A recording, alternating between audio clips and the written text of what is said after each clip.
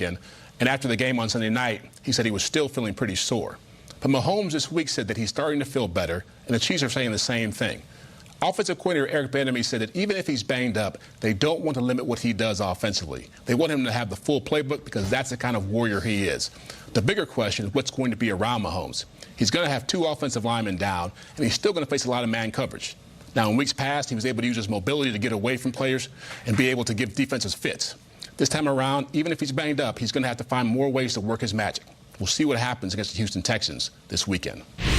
Oh, we'll see. All right.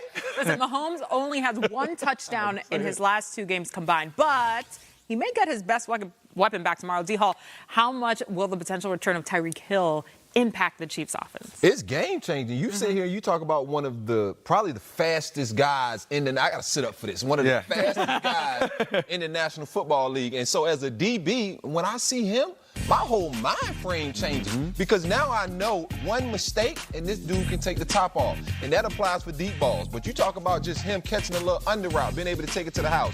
You heard Pat Mahomes say, look, we need to beat man coverage. A guy like Tyreek Hill dominates man coverage because not too many DBs can stick with his speed and quickness. So he's that dynamic of a player. If he's on that football field, Patrick Mahomes ain't got much to worry about when you talk about my guys need to beat man coverage. They're going to put 2 on him for sure. Yeah, with your chest. All right. Yeah, what you're talking about is the street credibility that Tyreek Hill brings to this offense. And D. Hall, is crazy you pointed that out because this offense needs him, especially over the last 2 weeks. We talk about the man coverage that Patrick Mahomes has been facing.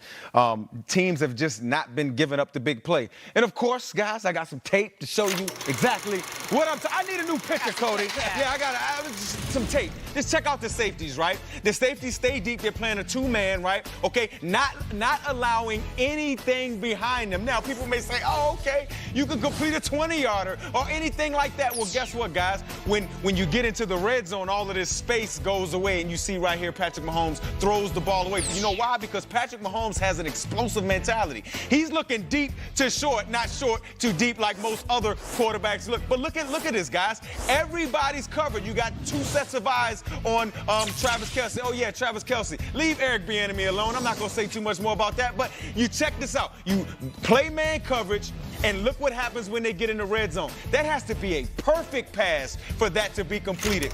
This is what you do. You play back.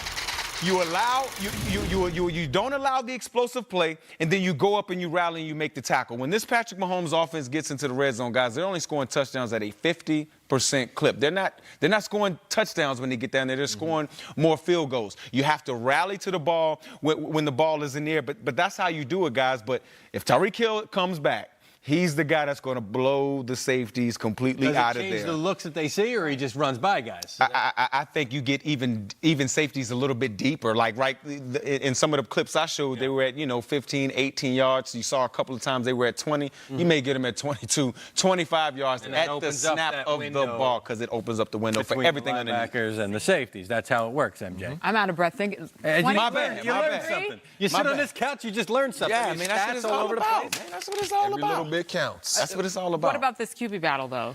I'm looking at this one because the question was how good's the quarterback play. Quarterback play is going to be excellent, and I love me some Deshaun Watson. I really do. I think that he's done actually more with what they've given him around him in the early parts of his career. But I also know that he looks at Patrick Mahomes, the guy that went 2 picks ahead of him in the draft, and he'll never externalize it. He'll internalize it.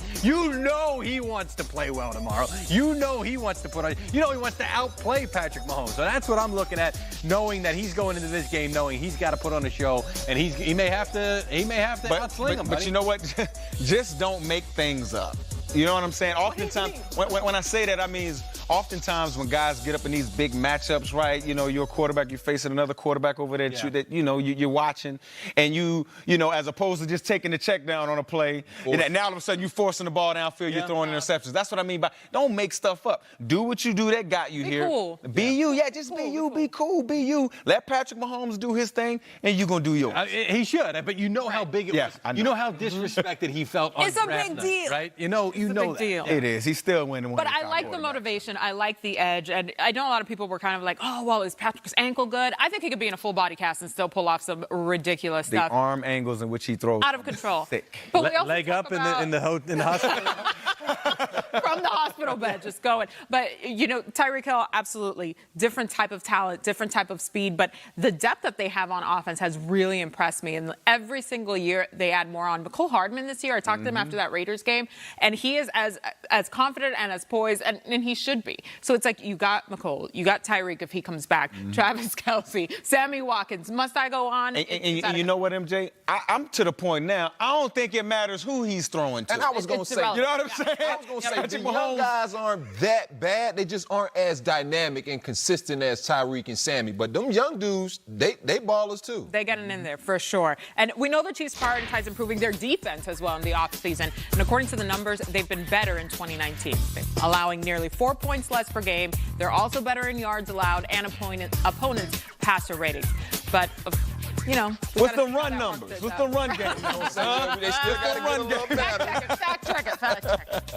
It's still going to be a good thing. I'm hyped. They'll okay, keep guys. tightening up over You heard me you mention watch. fantasy a little earlier. Of course, see. you're going to have It is Zeke Andy and Reid Amari coaching in your that, lineup. right? But there's another Cowboy you need to start as well. Adam Brank knows who